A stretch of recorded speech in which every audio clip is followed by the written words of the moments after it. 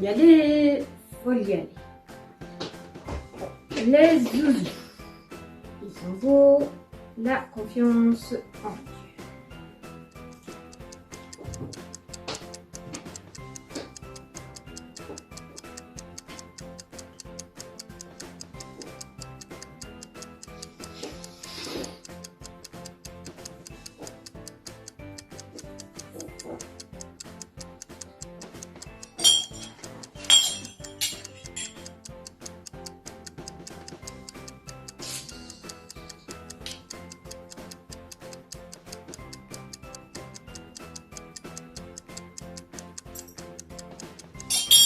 Bon, allez.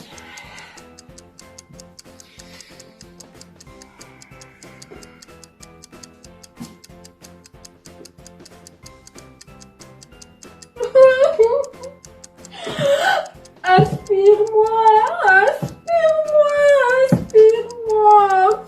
Mais qu'est-ce que je vais devenir? Non, ne me dis pas que c'est une page blanche. Si. Mais qui dit page blanche dit pas de scénario. Pas de scénario. Pas d'histoire. Pas d'histoire. Pas de vidéo. Pas de vidéo. Pas de zouzou.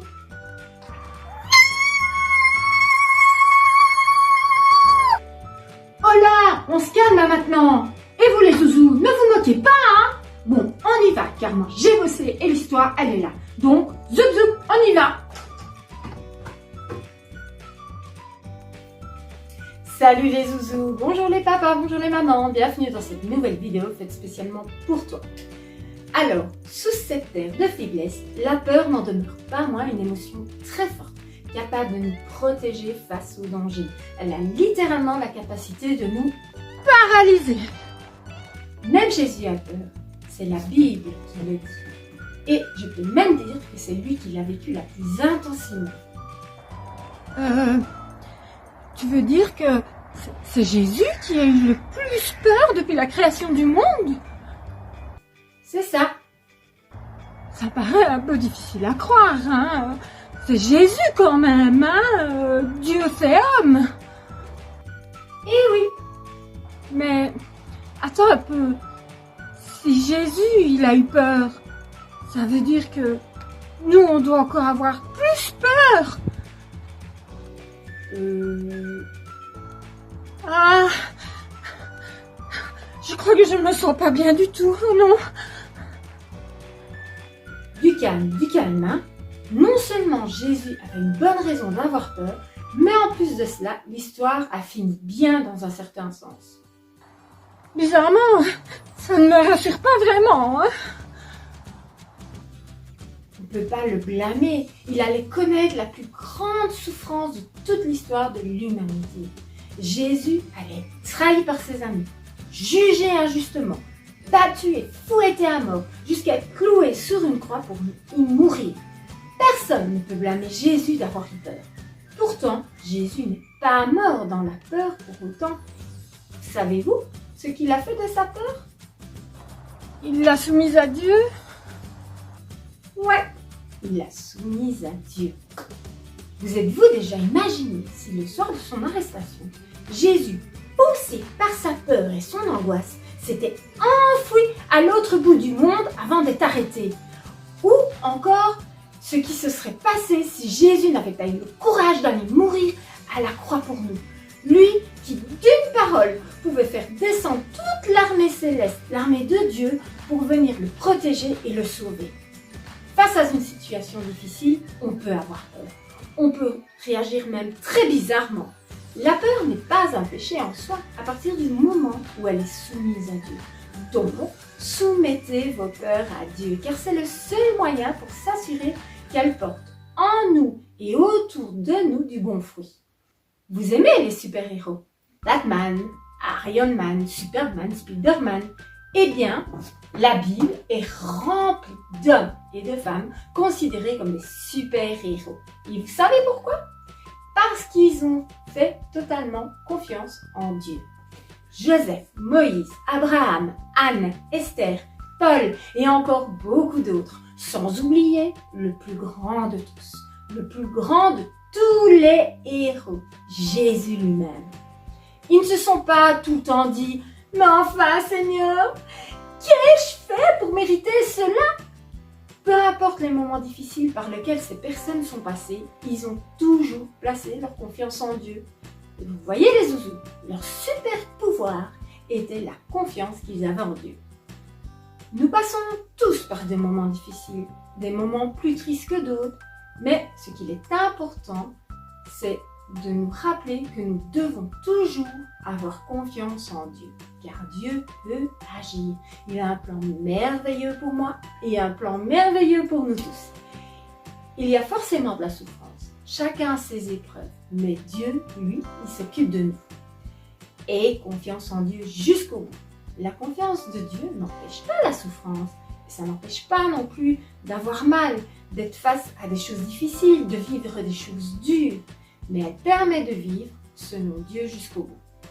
La Bible est claire à ce sujet, et pour cela, nous allons prendre un verset parmi beaucoup d'autres, afin de vous montrer et vous prouver que je ne raconte pas n'importe quoi. Je vais te dire où tu peux retrouver ce verset.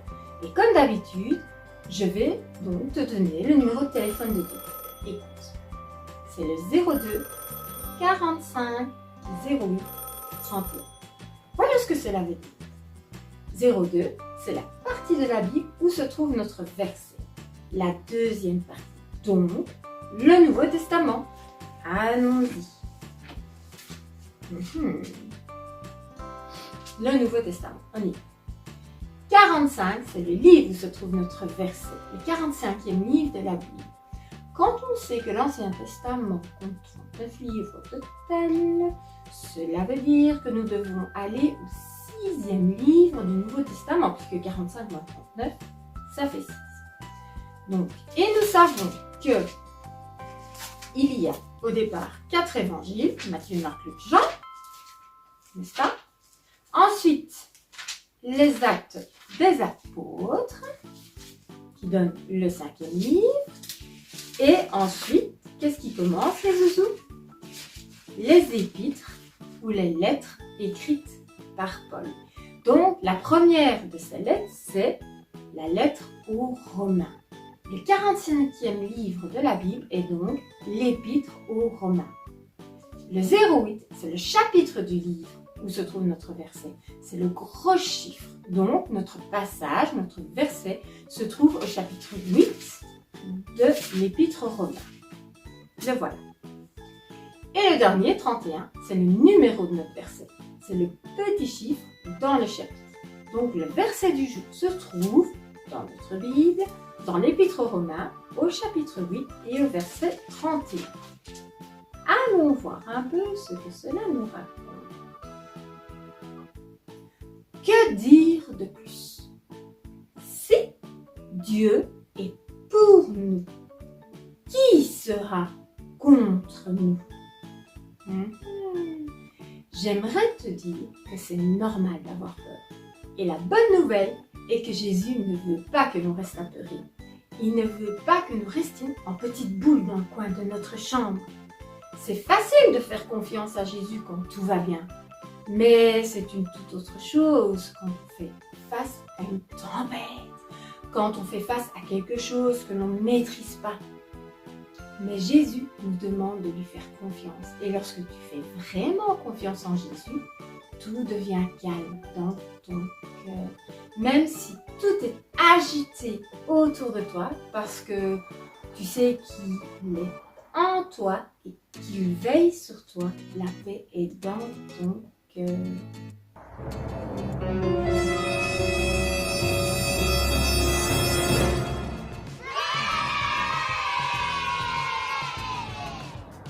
Alors, si tu n'as pas tout suivi, voici le résumé du jour.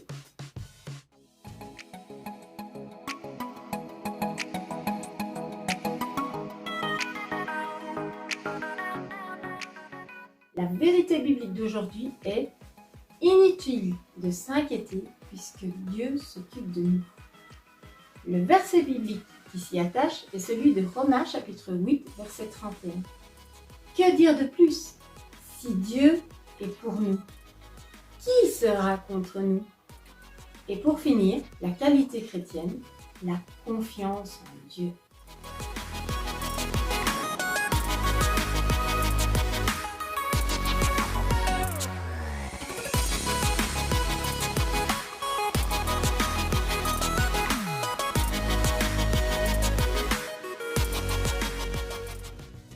Avant de terminer, encore une petite chose. Dans la Bible, dans l'évangile de Matthieu, Jésus s'adresse à une foule de personnes dans un sermon que l'on appelle le sermon sur la montagne. Dans ce sermon, Jésus nous rappelle à tous que Dieu sait exactement ce dont nous avons besoin. C'est pourquoi il nous encourage à ne pas nous inquiéter, car les personnes qui s'inquiètent sont des personnes qui ne lui font pas confiance, qui ne font pas entièrement confiance en Dieu. Ne vous inquiétez donc pas du lendemain, car le lendemain aura soin de lui-même. À chaque jour suffit sa peine, comme on dit. Même si c'est très difficile, Dieu nous demande de ne pas se soucier de quoi demain sera fait. Parce que, en réalité, personne ne connaît l'avenir. Seul Dieu le connaît. Dieu nous demande de lui faire confiance aujourd'hui, de croire qu'il prend soin de nous et qu'il veille sur nous. Tout ce que nous avons à faire maintenant, c'est de le servir de tout notre cœur. Car Dieu est notre refuge et notre force. Il ne nous abandonne jamais. Amen? Amen les zouzous! Eh bien, nous avons appris beaucoup de choses aujourd'hui. Et si on passait à l'atelier maintenant, allons-y.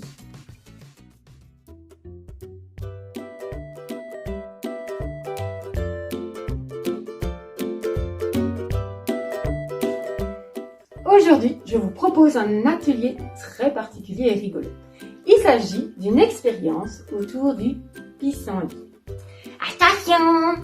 Si tu joues avec des pissenlits, tu vas faire pipi dans ton lit. Mais non! Le pissenlit est simplement une fleur que nous connaissons tous qui pousse dans nos jardins. À la base, elle ressemble à ceci, une fleur jaune.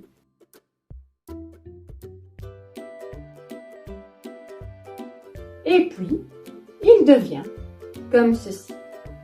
Il devient fané.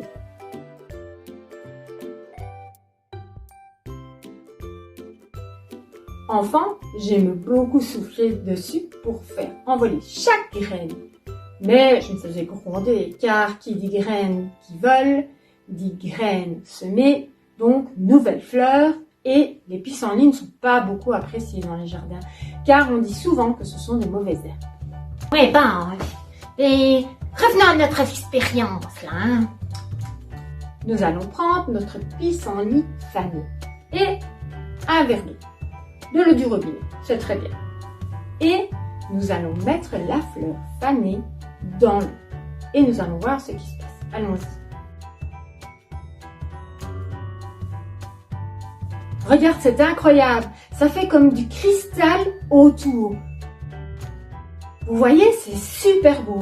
Et il n'y a rien dans l'eau quand on le retire. Et il est bien sec. Regardez. Alors, cela s'explique parce que le pissenlit est hydrophobe. Hein? Quoi, c'est? Et quoi? Hydrophobe, cela veut simplement dire qu'il n'aime pas l'eau et la repousse pour se protéger. Si bien que l'eau prend la forme du sphère, presque parfaite, sur sa surface. Cela permet au pissenlit de résister à la pluie, par exemple. Ah, ok. Je comprends mieux maintenant. Et c'est quoi le rapport avec le thème du jour? Eh bien, c'est très simple. Dieu, quand il a créé le pissenlit, savait ce dont il avait besoin. Il s'en est donc occupé et l'a créé afin qu'il soit en sécurité face aux ennemis naturels. La pluie. Donc si Dieu s'occupe du pissenlit, à combien plus forte raison s'occupe-t-il de nous qui sommes faits à son image?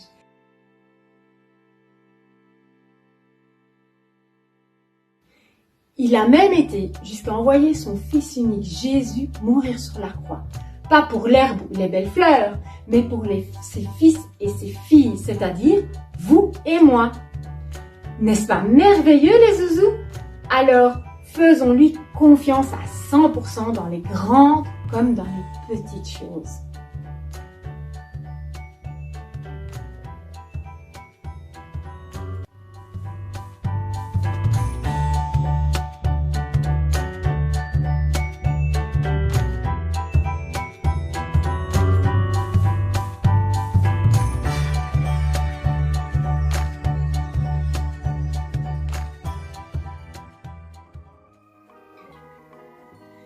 Voilà, j'espère que cette vidéo t'a plu et je te donne rendez-vous mercredi dans 2 semaines avec ma copine Valérie et Loulou Tauban pour découvrir une nouvelle qualité que Dieu désire nous aider à faire grandir dans nos vies. Et n'oublie pas, Dieu prend soin de toute sa création, sans exception.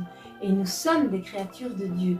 Donc, dans les moments les plus difficiles, faisons-lui toujours confiance. Lui, il a la solution à tous nos soucis. Il tient nos vies dans sa main. Il nous tient dans sa main. On peut même dire qu'il tient tout dans sa main, qu'il tient le monde entier dans sa main. Alors, je te propose pour cela de le chanter ensemble à la fin de cette vidéo. Ok? On y va? Super! À bientôt les zouzous!